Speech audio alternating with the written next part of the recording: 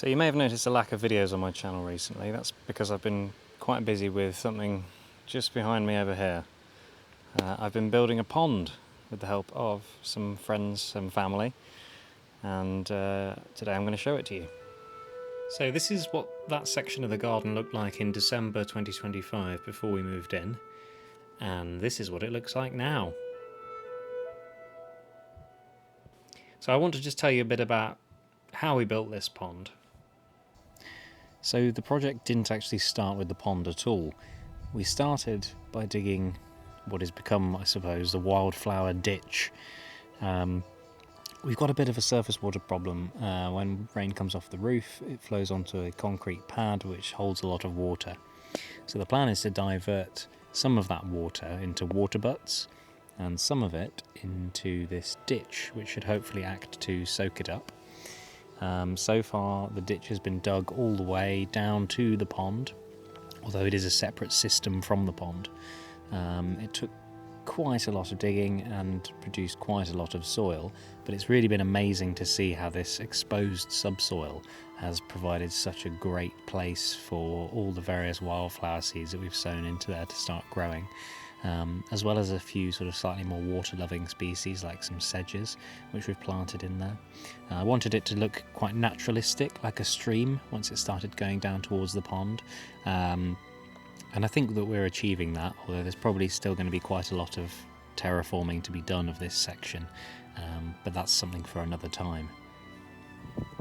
So, actually digging the pond, I consulted my brother a little bit on, best shape and picking a location somewhere that was quite sunny without too many trees shedding leaves into the water, and I wanted it somewhere that we could see it from the house, and so it seemed perfectly reasonable to put it at the end of the garden, which borders some nice grassland which belongs to our neighbour. So I didn't know anything about digging or building ponds at the start of this process, and I've learnt a lot from a few different people. The first one I have to recommend is a chap called Joel Ashton, who runs a YouTube channel called Wild Your Garden, and his method for building wildlife ponds really is what I've attempted to recreate here with my slightly tighter budget and lack of professional equipment. And also my brother Jed and my friend Aaron, who, my brother being a zoologist, he works in an aquarium and he's been obsessed with fish and ponds and water bodies for a long time, and Aaron is a ecologist and he has also done a recent study on ponds at Doddington rewilding. And so these three sources of information and knowledge were invaluable throughout this process. So, digging the pond. We didn't have a digger, and so it was pretty obvious this was going to all need to be done by hand. So I recruited a big group of my friends who very kindly came and helped us with the digging. So I marked it out with some chalk spray, and we set about digging the pond, not really knowing how deep we wanted it to be, or how steep we wanted the sides to be, or what we were going to find when we started digging. Turns out there's a thin layer of maybe 3 or 4 inches of nice fertile soil at the top, followed by a sort of sandy, loamy subsoil for about 2 feet, and then you get into this thick, wet clay. And we actually started to get water bubbling up from the water table into the bottom of the pond once we had got to the sort of deepest point we were digging to. Additionally, Freddie managed to pull out quite a few large pieces of limestone from the bottom of where we were digging, which we have subsequently reincorporated into the pond as we were sort of lining it, etc. So that was a really useful resource and nice to use a very, very local material. It's literally come out the hole the pond is being built in. It took more than just one day of digging. There were a few other sessions over the subsequent weeks, just trying to get the depth right, and then trying to make sure that the sides weren't going to be too steep. Initially we dug it far too steep, and so we had to fill it up a little bit and sort of smooth out the gradients and try and create a nice sort of naturalistic shape to the pond with varying depths, and that would provide opportunities for us to plant different kind of pond plants and different habitats for different aquatic species that we're hoping are going to be living in the pond. So once we'd got the pond completely sort of terraformed, we did a final check for any sharp rocks, nails or bits of glass, cleared all that out, and then it was essentially time to line the pond. So I set about doing an underlayer The underlayment at the base layer was a proper pond underlayment, but it doesn't provide much cushioning. It's just to stop roots and things like that from penetrating up towards the liner. And then on top of that, some makeshift quilting. That covered the whole area and then allowed us to safely get the absolutely massive EDPM liner in position. This liner was very unwieldy and probably slightly bigger than I actually needed. The calculations I'd used were off an average depth of 0.5 metre, a length of 18 feet and a width of 11 feet, which basically meant that I needed a liner, I think it was 5 metres by 8 metres. So we've got some fairly big offcuts, which we can hopefully use for some other small ponds in the future. But we got that spread out over the area and tried to get it sort of tamped down a little bit to get an idea of where the edges would be. And then, following the Joel Ashton method, we got a layer of overlay, which I bought actually from Joel Ashton's online shop, wildyourgarden.com. And the idea is that you put this quilting over the liner, which protects the liner, and also allows you to then add the subsoil back on top, and it sort of holds the subsoil a little better than if you try to put subsoil straight onto a shiny plastic liner. So we got that white layer on, which was absolutely blinding in the sunshine, and then we set about using the stones and the subsoil that we'd collected from digging out the pond to create a small stone well in the bottom of the two sort of deeper parts of the pond, and from there building up the layers with stones and soil up the banks of the pond all the way to the edges and then over the top of the lip of the pond.